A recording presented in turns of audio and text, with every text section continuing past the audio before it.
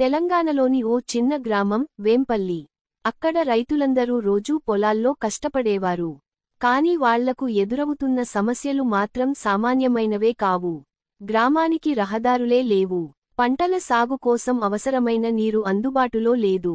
ఎక్కడికైనా వెళ్లాలంటే మట్టిబాటల్లో నడుచుకోవాల్సిందే. ఇలాంటి పరిస్థితుల్లో ప్రతి రైతు తన ఒంటరి ప్రయత్నంతో మట్టిని మళ్లించేందుకు, చెరువుల నుంచి నీరు తీసుకొచ్చేందుకు ప్రయత్నించేవాడు. కాని అవి తాత్కాలిక పరిష్కారాలు మాత్రమే. పంటలు వర్షాల మీద ఆధారపడి ఉండేవి. వర్షం లేకపోతే పంట బాగా పండేది కాదు. దాంతో అప్పులు, నష్టాలు, కష్టాలే మిగిలేవి. ఒకరోజు గ్రామంలో పెద్దగా గుర్తింపు ఉన్న రైతు చంద్రయ్య ఇలా అన్నాడు: మనమంతా విడివిడిగా కష్టపడుతున్నాం. కాని మన సమస్యలన్నీ ఒకేలా ఉన్నాయి. మనం కలిసి పోరాడితే ప్రభుత్వమే మా వైపు చూసేలా చేయవచ్చు. ఆ మాటలు అందరికీ కళ్లను తెరిపించాయి. వెంటనే గ్రామంలోని రైతులందరూ కలిసి ఒక రైతుల సంఘం ఏర్పాటు చేశారు.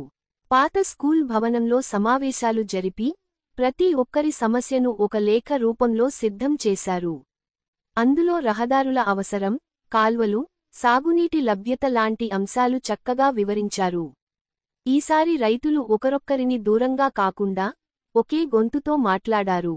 వారు తాలూకా కేంద్రానికి వెళ్లి అధికారులను కలిసి వినతిపత్రం సమర్పించారు. మొదట అధికారులు పెద్దగా పట్టించుకోలేదు. కాని రైతుల సంఘం పట్టుదల తగ్గలేదు. వారు తిరిగి పోరాటం కొనసాగించారు. చివరికి జిల్లా కలెక్టర్ స్వయంగా గ్రామానికి వచ్చి పరిస్థితిని పరిశీలించారు. కొద్ది నెలలలోనే మార్పు కనిపించింది. గ్రామానికి ప్రధాన రహదారి వేశారు. చెరువుల నుంచి పొలాలకు చేరేలా కాల్వలు నిర్మించబడ్డాయి. తాగునీటి కోసం కొత్త బోర్లు వేశారు. రైతుల కష్టానికి కొత్త దారులు తలుపు తట్టాయి. తరువాతి పంట కాలంలో పంటలు సమయానికి పండాయి. ఎరువులు, విత్తనాలు సకాలంలో వచ్చాయి. రైతులు తక్కువ ఖర్చుతో ఎక్కువ దిగుబడి పొందారు. గ్రామంలో చిరునవ్వులు తిరిగివచ్చాయి. ఇప్పుడు ఆ గ్రామం అంతా ఒక్కటిగా ఉన్న రైతుల గ్రామం గా ప్రసిద్ధి చెందింది. ఇతర గ్రామాల వారు కూడా ఈ సంఘం నుండి సహాయం కోరుతుంటారు. సహకారంతో సాధించిన విజయానికి అది పెద్ద నిదర్శనం.